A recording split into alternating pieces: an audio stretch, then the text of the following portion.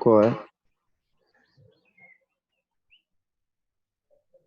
Só para chegar a um ponto em comum. A partir de agora, nós vamos começar a inserir, né, reações químicas para a gente tentar ver o processo em forma de reação. Então, vamos começar com a primeira situação, que é a reação de formação da amônia. Essa reação, ela é clássica, tanto a reação de formação da água quanto a reação de formação da amônia são reações clássicas. São reações que todo estudante de química ou todo químico no início de carreira tem que estudar para entender o conceito de equilíbrio, por exemplo. Então, se eu quero saber o ponto de equilíbrio dessa reação da amônia, o que eu preciso fazer? Eu quero a reação de produção da amônia, o equilíbrio da reação de produção da amônia. Se eu quero o equilíbrio de produção da reação da amônia, o que eu tenho que fazer? O final dividido pelo inicial, ou seja, as concentrações finais dividido pelas concentrações iniciais. Se eu for fazer o Kc, então, dessa situação, fica da seguinte maneira. A concentração da amônia ao quadrado. Lembre-se, por que é ao quadrado, professor? Por causa disso aqui, ó. É a quantidade de amônia formada. Foi formado 2 moléculas de amônia no equilíbrio. Ou seja, eu tenho que, no equilíbrio, eu tenho que colocar essa amônia ao quadrado. E as concentrações dos reagentes. Ou seja, N2 vezes H2 ao cubo. Por que ao cubo? Porque é justamente a concentração, né, em mols de gás hidrogênio necessário para que essa reação ocorra. Da água, vamos lá para o equilíbrio da reação de decomposição da água, ou seja, a formação de gás hidrogênio e gás oxigênio. Se eu quero saber o equilíbrio dessa reação, o que eu tenho que fazer? Produto dividido por reagente, ou seja, H2O2 dividido pela água. Detalhe bem legal. Sólidos e líquidos não entram nesse processo aqui. Ou seja, se eu estiver trabalhando com um sistema gasoso, e se tiver um líquido ali interferindo no meio, ele não entra. Se eu tiver um sistema líquido e eu colocar um sólido ali, ele não entra no equilíbrio. Então, no equilíbrio, de uma forma geral, todos os elementos contidos lá na constante de equilíbrio, eles têm que estar no mesmo estado físico. Ou seja, se eu estou trabalhando com gás, tudo tem que ser gás. Se eu estou trabalhando com líquido, tudo tem que ser líquido. Não pode ter elementos intrusos ali. Então é só nos equilíbrios de sistemas homogêneos que a água não entra, né? Isso. Muito bem. Nesse caso aqui, na constante de equilíbrio, a água entra. Ela entra por 2 motivos. Primeiro, não é um sistema homogêneo, um sistema heterogêneo. E segundo, nós temos ali a água no estado gasoso. A água no estado gasoso, gás hidrogênio no estado gasoso, gás oxigênio no estado gasoso. Então, como todos eles estão no mesmo estado físico, a água entra na constante de equilíbrio. Ah, tá. E falando em água, deixa eu tomar a minha. Vocês não têm noção. Aqui dentro é muito quente. Muito, muito quente.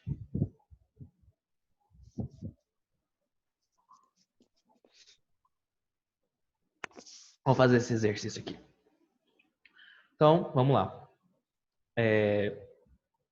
Na equação abaixo, após atingir o equilíbrio químico, podemos concluir a respeito das constantes de equilíbrio, ou seja, do Kc.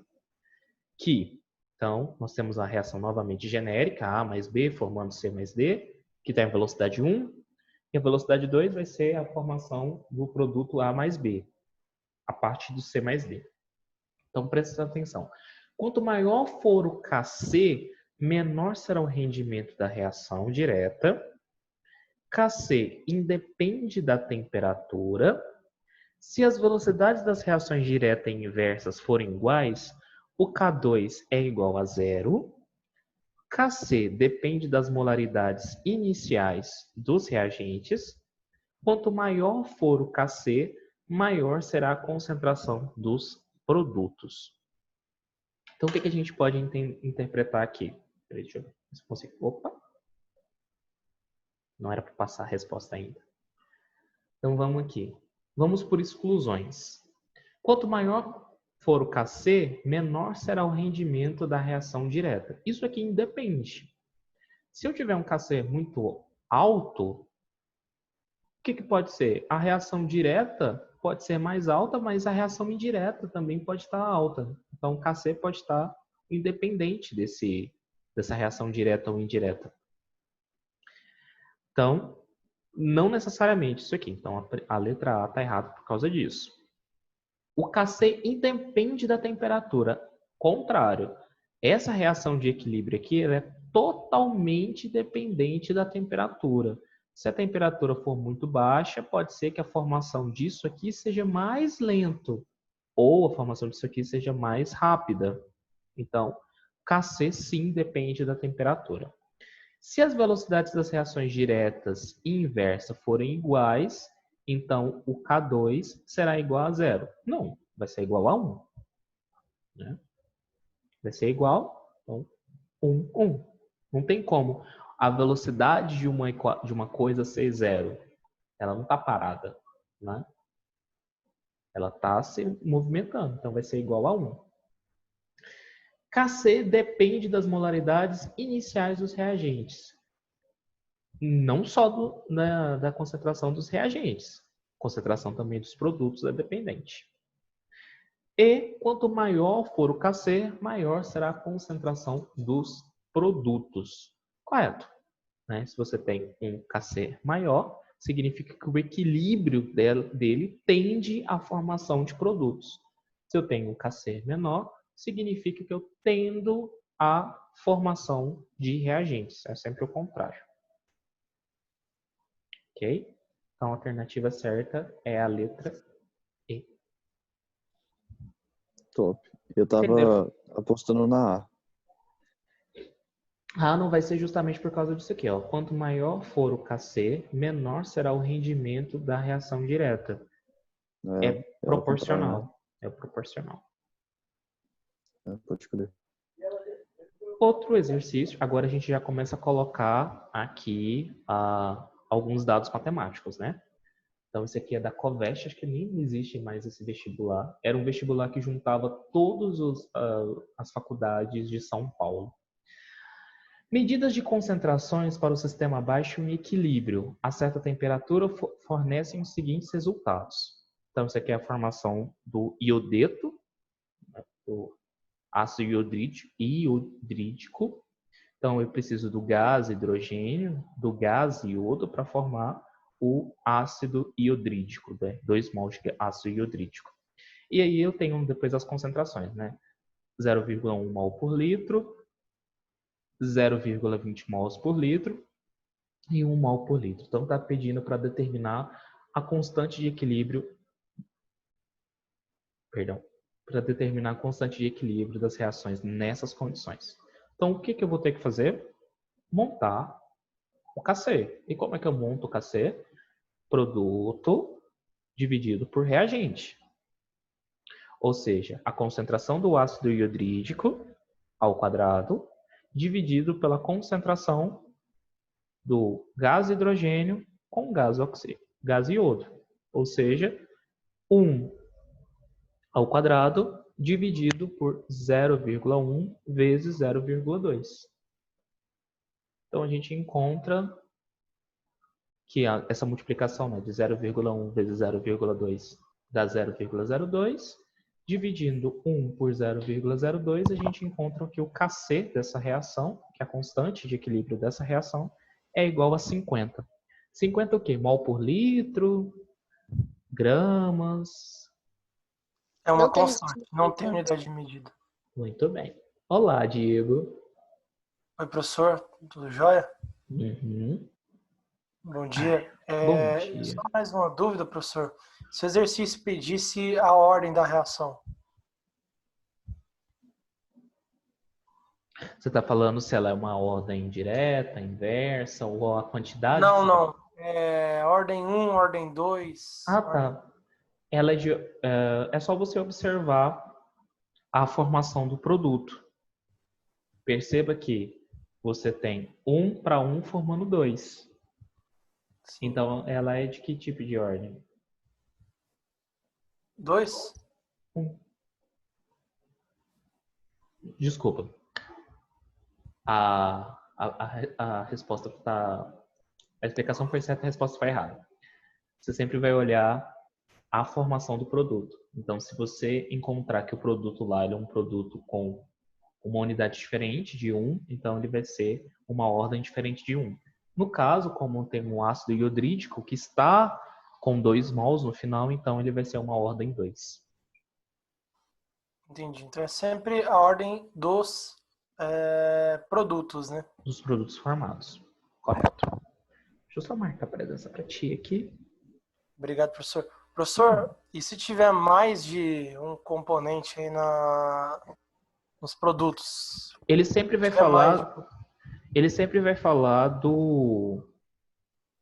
assim, o equilíbrio da reação como um todo. Se tiver mais de um produto com um balanceamento assim diferente, você vai fazer uma média da reação. Entendi. Entendeu? Mais um exercício. Temos representados no gráfico abaixo as concentrações dos reagentes e dos produtos de uma mesma reação. Novamente, uma reação genérica, sem colocar nenhuma reação química aqui para a gente se confundir. Agora vamos observar. Ó. Reação A mais B formando C mais D. Ela ocorre no sentido à direita a partir do zero. Então, nós temos ali a reação A mais B saindo do 8 e chegando no 4, e a reação C mais D saindo do 2 e chegando no 8. Então, eu tenho um processo, né, aquele segundo gráficozinho que eu mostrei para vocês, onde as velocidades elas vão se sobrepor umas às outras. Tem-se que A e B, A é igual a B e a concentração de C é igual à concentração de D. Estes valores representados no gráfico, a constante de equilíbrio será igual a, então deixa eu ver aqui, 16, 1 quarto, 4, 5, 1 sobre 16. Então o equilíbrio, no caso, meninos, é o meio da reação. Concordam comigo? Sim. O equilíbrio é o meio da equação. Então ele quer saber... Então é 6 o equilíbrio? Sim, mas aí lembra que a gente tem que fazer produto vezes reagente. Ah, sim. A gente tem que encontrar esse processo. Então como é que fica o produto vezes reagente? Produto final, 8 vezes 8, dividido por 4 vezes 4. Porque são os dois pontos que a gente está trabalhando. Ó. Final, inicial. Ah, faz sentido. Então a gente encontra 64 dividido por 16, o Kc é igual a 4. E esse 2 aí, professor, o que a gente faz com ele? A gente está falando do equilíbrio, nesse ponto aqui, ó. Não o ponto de A gente partida. ignora ele, né? E a gente ignora ele. Ah, saquei. É o ponto de partida aqui, ó. Final, inicial. Pode crer. Entendi. Passando para frente. Ô, gente.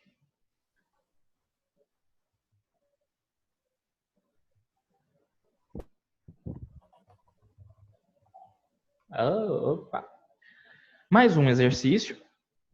Foram colocados em um recipiente fechado de capacidade de 2 litros, 6,5 mols de CO e 5 mols de NO2. A 200 graus Celsius, o equilíbrio foi atingido e verificou-se que haviam sido formados 3,65 mols de CO2. Podemos dizer que o Kc, né, o valor do Kc para o equilíbrio dessa reação é Então, sempre que vocês estiverem com exercícios desse tipo, a primeira coisa que vocês vão fazer é montar a equação química. Então, tá lá, ó, CO mais NO2 formando CO2 mais NO. Monto a equação química. Depois, eu coloco os valores que o próprio exercício deu pra gente. Então, primeiro, quanto de CO foi utilizado? 6,5 mols. Quanto de NO2 foram utilizados? 5 mols. No início da reação, então eu sempre dou a ideia do copo. Eu pego um copo e eu jogo dentro do copo CO e NO2. No início da reação, não tem nada de CO2 e nem de O formado.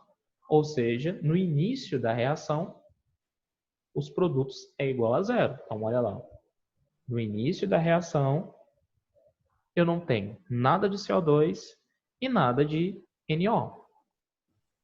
No equilíbrio, o que eu vou ter? Eu vou ter a formação de 3,5 mols de CO2 e eu quero saber quanto de, qual que vai ser a constante de equilíbrio para esse processo.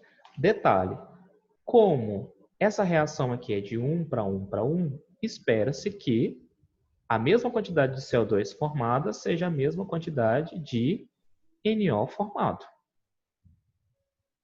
Se um desses dois aqui tivesse um valor estequiométrico diferente, seria a diferença. Então, se fosse 2NO, seria 2 vezes 3,5. 3NO, mesma coisa.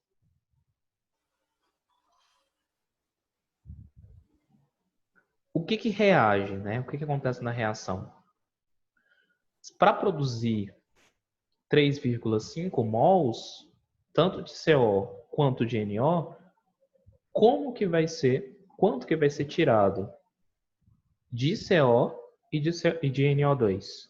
A mesma quantidade. Lembra? Para sair de um lado e ir para o outro, tem que sair a mesma quantidade, obedecendo àquela lei de Lavoisier. Então, se eu vou produzir 3,5 mols de CO2 e 3,5 mols de NO, é necessário que saia 3,5 mols de CO e 3,5 mols de NO2. Então, como é que fica o equilíbrio? Ficaria o valor que eu tenho inicialmente, 6,5, menos 3,5. Ou seja, 3. Para o CO e para o NO2, ficaria como 5 menos 3,5, que é igual a 1,5. Feito isso, como que eu faço agora a constante? Usa os valores do equilíbrio. Perfeito. Uso os valores do equilíbrio.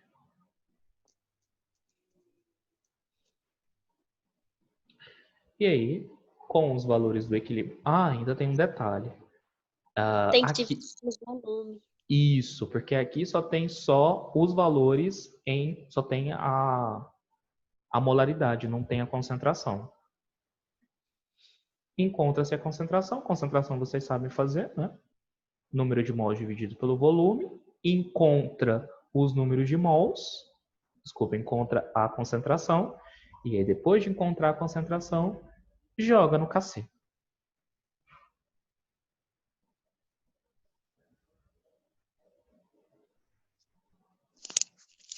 Estou passando um pouco mais rápido essa parte aqui, porque essa parte ela é só uma junção do que a gente já tinha visto antes. Pode crer. Top. Perceba que não tem assim, eu acho que é a parte mais difícil nessa equação aqui, nessas reações aqui, é essa ideia aqui, como que foi iniciado, o que foi reagido e o que produziu. Eu acho que essa é a parte que mais deixa confuso. Se eu tivesse fazendo numa prova, provavelmente eu ia pular essa segunda parte aí, de dividir por 2. Eu ia tacar já aqueles números mesmo. Pois é, a gente só não pode esquecer que se ele está dando para você apenas a quantidade, né, Eu tenho que encontrar a concentração de cada um deles. Valéria, você ia falando? Foi isso aí que o David falou mesmo. Eu sempre esqueço de dividir pelo volume. Porque a gente tem que lembrar que sempre que eles falam pra gente... Opa, olha que delícia. Quebrei a pedrinha de gelo aqui. Sempre que eles dão para vocês essas contas de equilíbrio, eles sempre dão as quantidades em massa molecular, né? Eles nunca te dão a quantidade, a concentração. A concentração depois você se vira para achar. Ok? Para esse aqui. Não, esse aqui trabalha com porcentagem, eu não quero por enquanto.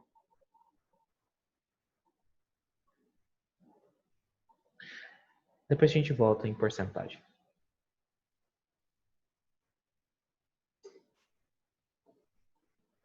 Constante deslocamento do equilíbrio. Esse deslocamento do equilíbrio segue uma terminação, onde o nome dela ficou conhecido como princípio de Le Chatelier.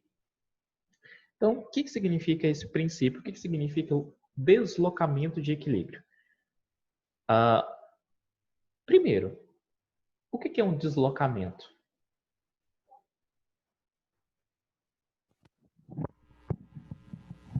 Um percurso, uma trajetória que é feita. Isso.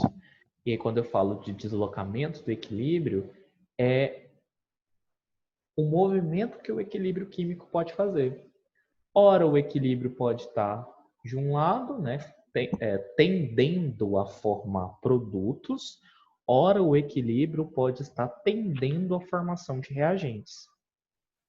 Um outro exemplo que eu dou muito interessante, que também dá para você colocar na sociedade atual, é, por exemplo, a nossa política brasileira. A nossa política, ela é um deslocamento de equilíbrio químico o tempo inteiro. Ora, o Congresso, o Senado, eles se deslocam para priorizar pautas mais trabalhistas. Ora, eles podem deslocar para favorecer pautas mais do empresário, do mercado. Isso por quê? Dependendo do que você vai colocar ali nessas reações, né? Voltando para a química, equilíbrio, pressão, concentração fazem o equilíbrio se deslocar. Voltando para a política, escândalos, corrupção ou algum tipo de necessidade fazem com que o equilíbrio também se desloque. Então, olha a relação que a gente pode fazer aí. Depois fala isso para o Lucas, eu acho que ele vai adorar. Vamos voltar aqui. Se por algum motivo houver modificação em uma das velocidades, teremos uma mudança da concentração das substâncias. Então, se por algum motivo a formação de C mais D aumentar, a velocidade 2 vai aumentar. Se eu aumentar a velocidade 2, eu aumento a concentração dessa substância. Tá? E aí tá assim, ó. Essas modificações em uma das velocidades ocasionam o que denominamos de deslocamento do equilíbrio, que será no sentido da maior velocidade. Tá? Então, para vocês entenderem o que é o equilíbrio, sempre que eu faço uma perturbação no sistema, o equilíbrio se desloca para o sentido contrário para estabilizar a perturbação. Como assim? Ó, imagina uma balança. Deixa eu até fazer aqui a balancinha. Imagine uma balança.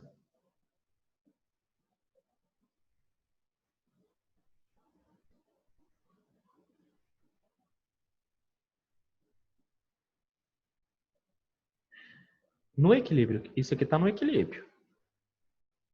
Se eu colocar uma maior quantidade de peso do lado direito, para que esse sistema volte a ficar em equilíbrio, deve existir uma outra quantidade de peso no sentido contrário para que ela volte a ficar no equilíbrio. Então, sempre que ocorre uma perturbação num lado, o equilíbrio se desloca para o lado contrário para manter o equilíbrio da reação como um todo. Isso aqui tem um limite, tá, gente? Existe um limite onde o equilíbrio consegue chegar. A partir desse limite, a reação deixa de ser favorecida. Tá? Então, o equilíbrio inicial é esse momento. Imaginemos, está quase acabando nossa live, mas vamos lá. Imaginemos, então, que aumenta a velocidade 1. Se eu aumento a velocidade 1, o sistema ele vai aumentar para o lado da direita. Para ficar em equilíbrio de novo, o que tem que acontecer? A velocidade 2 tem que ser aumentada. Então, deslocamento para o lado dos reagentes. Esse princípio ficou conhecido como princípio de Chatelier, né? E colocando as terminações que ele falou, ó, quando um sistema em equilíbrio sofre algum tipo de perturbação extra, ele se deslocará no sentido de minimizar essa perturbação a fim de atingir novamente a situação de equilíbrio. Colocando em palavras fáceis para a gente, se a perturbação foi do lado A, o lado B o equilíbrio vai se deslocar para o lado B para voltar ao equilíbrio. Se a perturbação foi no lado B, o equilíbrio se desloca para o lado A para voltar ao equilíbrio novamente. Chega. Volto em equilíbrio na próxima live. Beleza. Pessoal, eu tinha colocado lá para vocês alguns exercícios e eu vou colocar 3 a mais sobre equilíbrio. Não chegando em Chatelier, até um pouquinho antes de Chatelier. Só para a gente poder ir treinando. Tá? Na semana que vem, como eu expliquei para vocês, na segunda-feira a primeira aula vai ser gravada e a segunda aula vai ser live normal. Aí eu estava pensando depois o jeito que eu faço, provavelmente a primeira live eu vou fazer respondendo o exercício. Né? Só respondendo. Pode ser. Dúvidas? Não. Não? Não. Sim, estamos de boa.